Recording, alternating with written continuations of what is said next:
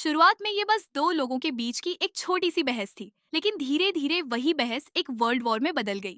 नतीजा ये हुआ कि पूरा समुदाय तबाही के कगार पर आ गया, सभ्यता और टेक्नोलॉजी सब कुछ मिट गया। कहानी शुरू होती है दो प्राचीन इंसानों से, जिन्हें सोना मिलता है। एक आदमी पहले उसे उठा लेता है, दूसरा बराबरी की मांग करता है, लेकिन बात नहीं बनती। गुस्से में आकर वो पत्थर उठाकर हमला कर देता है। यहीं से जंग की शुरुआत हो जाती है।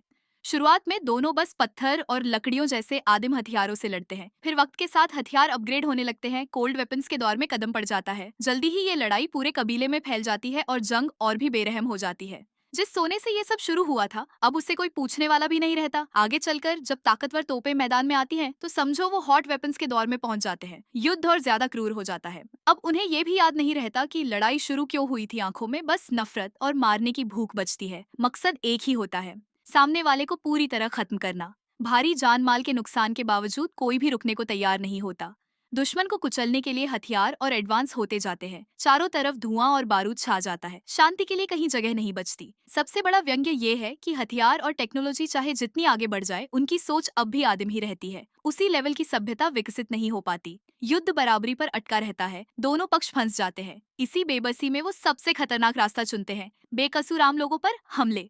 जब बॉम्बर्स की गोलाबारी शहरों पर गिरती है, तो वापसी का कोई रास्ता नहीं बचता। दोनों तरफ नैतिकता की सारी सीमाएं टूट जाती है। बस किसी भी तरह सामने वाले को झुकाने की जिद रह जाती है। आखिरकार बातचीत नाकाम होने पर दोनों नेताओं ने तबाही का बटन दबा दिया। न्यूक्लियर वेपन्स के आते ही सभ्यता और टेक्नोलॉजी पल भर में मिट जाती है। पीछे रह जाती हैं टूटी हुई जमीनें और खंडहर। हैरानी की बात यह कि दोनों नेता बंकर में छिपकर बच जाते हैं। पूरी दुनिया में बस वही दो लोग जिंदा रहते हैं। यही सबसे बड़ा आयरॉनी सामने आता है। लगता है अब वो सबक लेंगे, नफरत छोड़कर नई सभ्यता बसाएंगे, लेकिन नहीं, वो फिर हथियार उठा लेते हैं और युद्ध का साया दोबारा छा जाता है। इतिहास खुद को फिर दोहराता है।